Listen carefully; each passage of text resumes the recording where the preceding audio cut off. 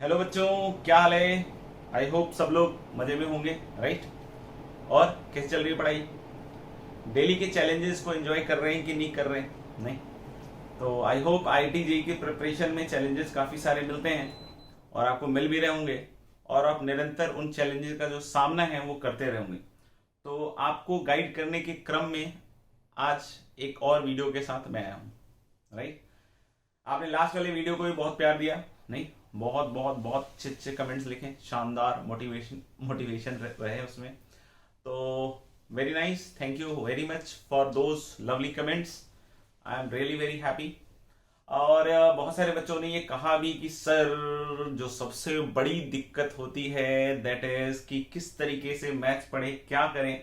बहुत सारे बच्चों ने कुछ जो अभी स्टार्ट किया है प्रिपरेशन उनको भी समस्या आती है, जो 1 साल से पढ़ रहे हैं उनको भी समस्या आती है, और जो 2 साल से पढ़ रहे हैं और इस बार रिपीट कर रहे हैं उनको भी कहीं ना कहीं एक राइट करेक्ट गाइडेंस की जरूरत हमेशा चाहिए है। और वो बार बार कह रहे हैं कि सर किस तरीके से मैथ्स पढ़ें।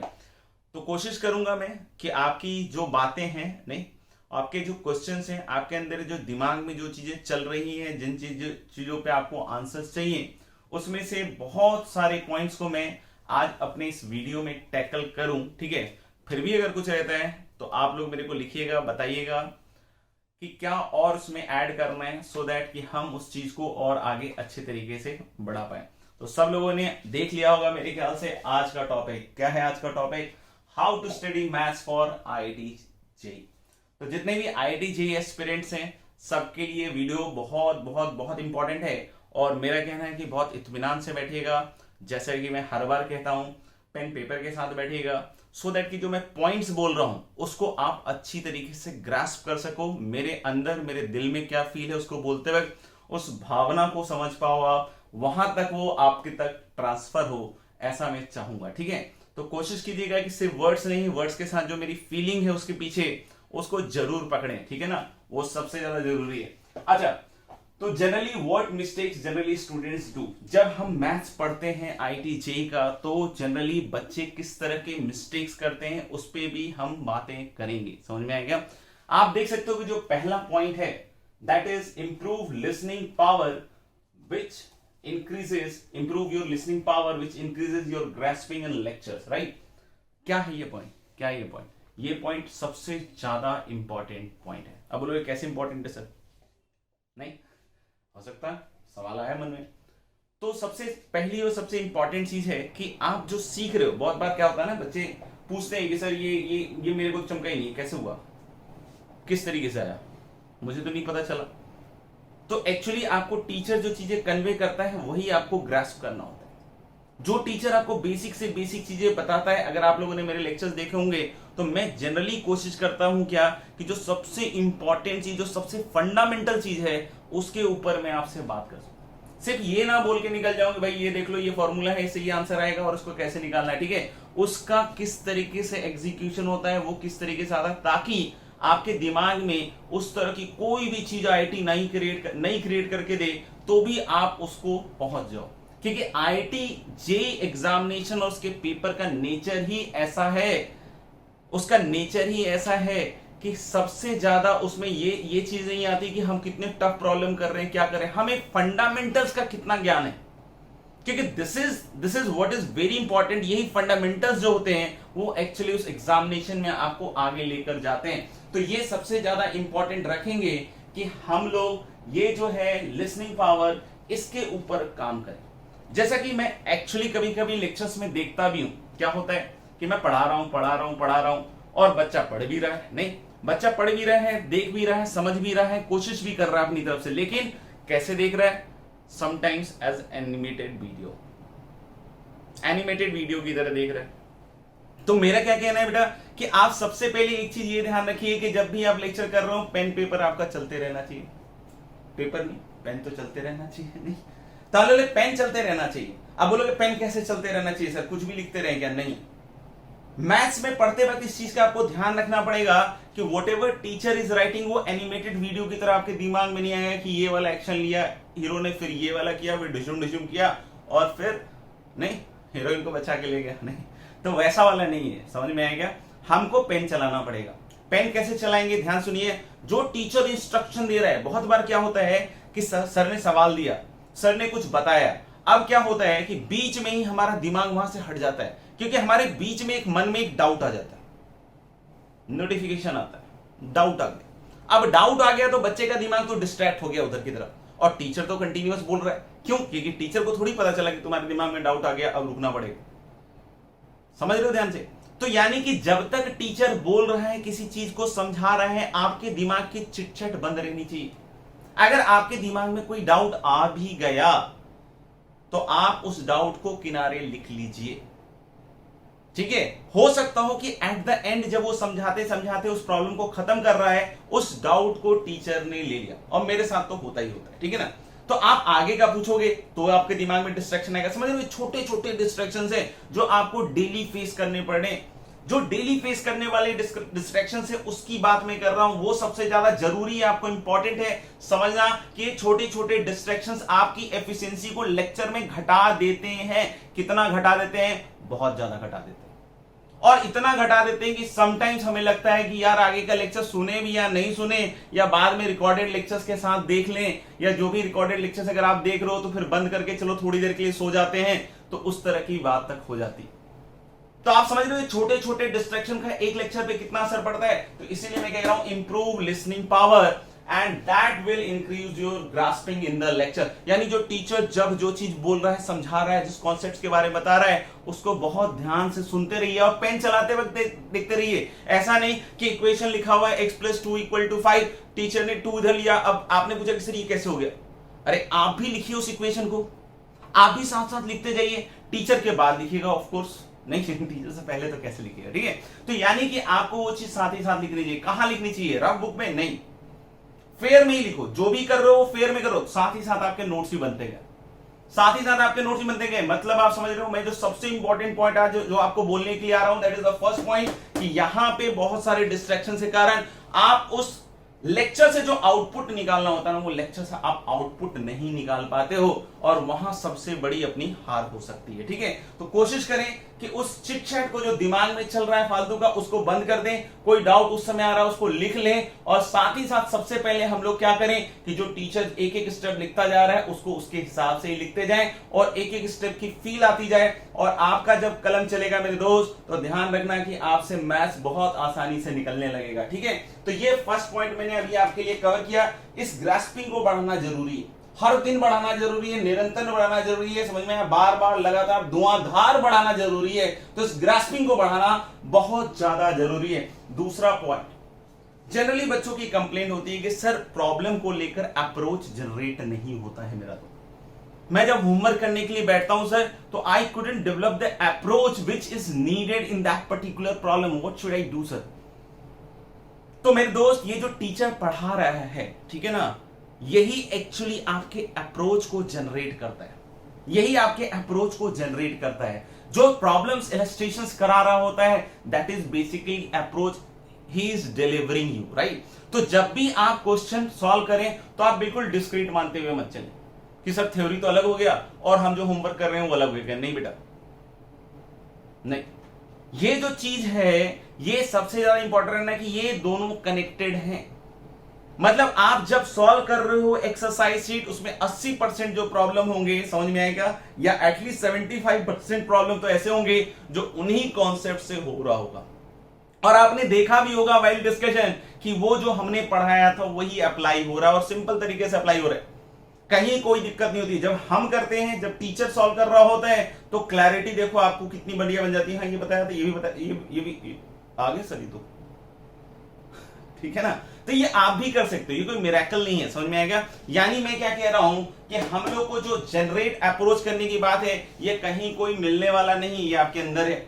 जो हम पढ़ा रहे हैं वही बेसिकली आपके अप्रोच को जनरेट कर रहा है। तो आप उन प्रॉब्लम्स को दोबारा जरूर कीजिए। जो प्रॉब्लम्स लिखी हैं, टीचर ने इलस्ट्रेशंस कराए हैं, उन प्रॉब्लम्स को करिए, और वही आपकी जनरली क्या होगा, जनरेट बिल्डअप, मतलब अप्रोच बिल्डअप करेगा। That is approach building questions, right. तो उसके बारे में आपको बहुत ध्यान रखना है कि वो अप्रोच बिल्डिंग क्वेश्चंस हैं। अब मैंने बोला कि 80% तो अप्रोच डेवलप हो गया, बचे हुए 20% का, तो जो 80% टाइम्स आपने जो काम किया है वो बचे हुए 20% अप्रोच को जनरेट करने वाला है। यानी कि वो जो 20% होगा वो मिक्सचर ऑफ कॉन्सेप्ट होगा, जो बचे हुए 80% जिसको आपने सॉल्व किया है उसी के थ्रू वो होगा। यानी कि that depends upon your experience in that particular chapter while you solve 80% of the problem. तो ये सब इंपॉर्टेंट चीजें हैं, यही आपके प्रॉब्लम्स को, यही आपके अप्रोचेस को जनरेट करता है। ये बहुत ध्यान से आप उस इलस्ट्रेशंस को करिए, क्योंकि वही अल्टीमेटली आपके लिए काम करने वाला है। जैसे देखते होगे ना सॉल्व प्रॉब्लम्स क्यों देते हैं? सॉल्व प्रॉब्लम्स देने का पॉइंट ही यही है, आपका अप्रोच उस पर्टिकुलर चीज में डेवलप हो। नहीं फिजिक्स भी पढ़ते होगे, सॉल्व एग्जांपल्स एससीबी के, नहीं मैथ्स भी देखते होगे तो उसमें भी कुछ ना कुछ सॉल्व प्रॉब्लम जो वर्कबुक दी जाती है आपको, नहीं तो वो जो है या फिर जो भी शीट का पार्ट है उसमें आपको वो चीज आपको मिल जाएगी। क्लास में जो करवा रहा हूं वो सबसे ज्यादा इंपॉर्टेंट है। जो क्लास में हम लोग करवा रहे हैं वही मेंस लेवल है बेटा, और वही एडवांस लेवल भी है। आप देख लेना, कोई भी साल का पेपर उठा लेना, किसी भी साल का पेपर उठा लेना, जो मैंने पढ़ाया उसके बाद उससे मेंस भी हो रहा है, उसी से एडवांस भी हो रहा है, उससे आगे कहीं नहीं जा रहा जी। वही है, सब वही है, ठीक है ना। तो इस चीज का ध्यान रखेंगे। Next is formula concept. बहुत सारे बच्चों की प्रॉब्लम आती है, सर कंपाउंड एंगल अब ये भी खत्म हुआ है, हमारे को तो फॉर्मूले याद नहीं हो रहे, अब क्या करें सर? तो भाई लोनी सिखाई, लोनी के एक एग्जाम्पल करें। नहीं तो अब क्या है कि अगर फिर से लग रहा है कि आप भूल रहे हो, लोनी के 3-4 एक्सरसाइज तुरंत कर लो। कितना समय लगता है बताओ? सिंपल एक्सरसाइज है, एलिमेंट्री एक्सरसाइज है कि नहीं? तो उन एलिमेंट्री एक्सरसाइज को फटाफट करने लग जाओ, अपने आप वो जितने भी फॉर्मूले होंगे सब तुमको याद हो जाएंगे।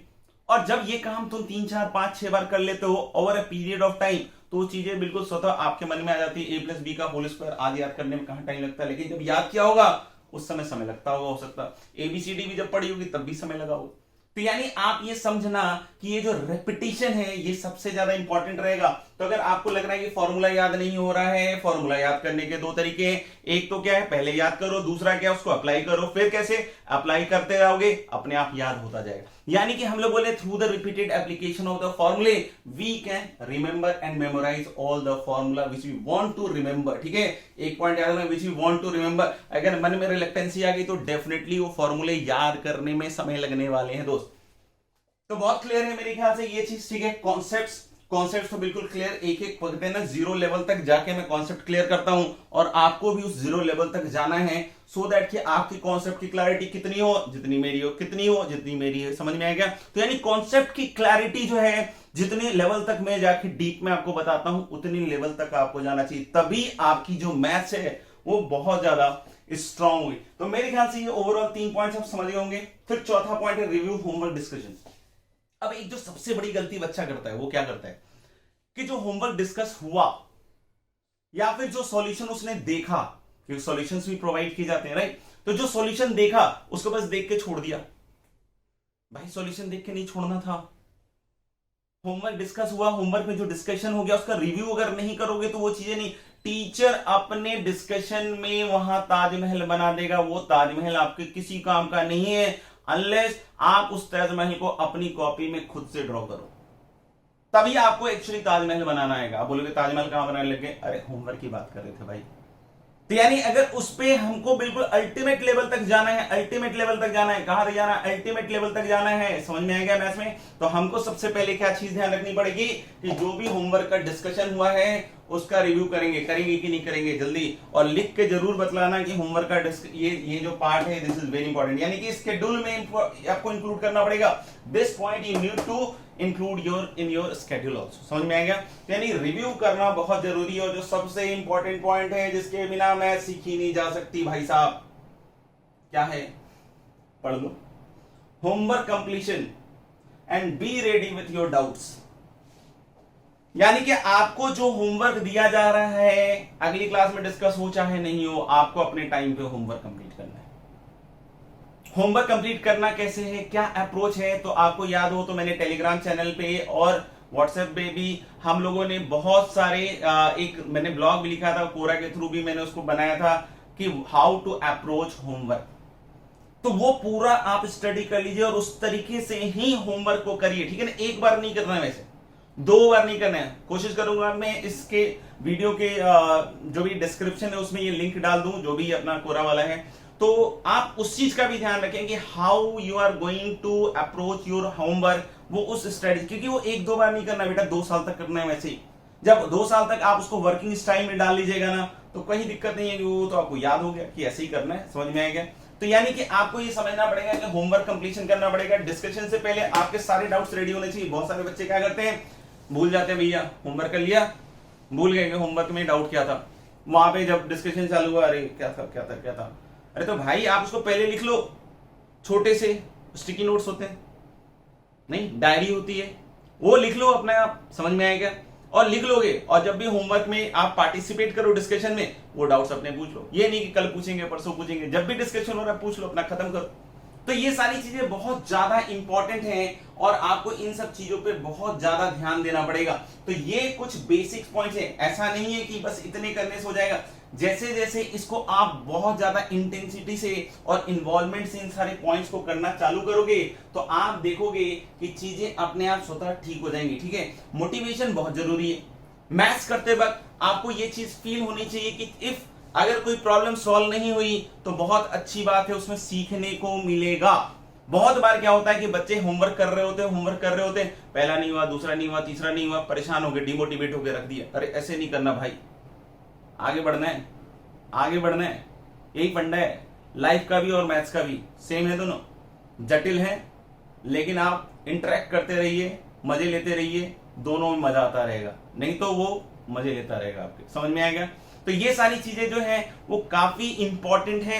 आप बिल्कुल चैलेंजिंग जो क्वेश्चंस हैं उसको लर्निंग के हिसाब से सोचिए। बहुत बार क्या होता है कि हमारी 10th के माइंडसेट जो है ना हमारा फिक्स हो जाता है, क्योंकि 1 से 10 तक किया है, 10 साल तक पढ़ा है। 10 साल तक क्या पढ़ा है कि भाई टीचर ने जो पढ़ा दिया सॉल्व करा दिया, उसके बाद जितने भी एक्सरसाइज हमारे खुद से हो जाते थे सर, अब नहीं होते। भाई आईटी का इम्तिहान देने वाले हो, ऐसा ही है आईटी का नेचर। यानी कि जो सीट का पार्ट भी है वो भी लर्निंग का पार्ट है बेटा। मैंने क्वेश्चन पढ़ा दिया, करवा दिया, सब कुछ हो गया, टीचर ने पढ़वा दिया, करवा दिया, सब हो गया, लेकिन शीट जब करोगे तो शीट में भी लर्निंग मिलेगी। तो उसको अपन को ऐसे ही नहीं सोचना कि भाई ये बस अब तो सर ये हो ही नहीं रहा, कर ही नहीं पा रहे, ये लर्निंग का पार्ट है। आज एग्जाम नहीं देना आपको, एक चैप्टर करा के ये नहीं बोलेंगे चला आईटी का एग्जाम देकर आ भाई। ये एग्जाम आपको 2 साल के बाद फेस करना है, या जो 12th में उनको 1 साल के बाद फेस करना है, मतलब उस टाइम तक आपकी एबिलिटी डेवलप होनी चाहिए। तो रिपीटेड प्रैक्टिस से हो जाएगी।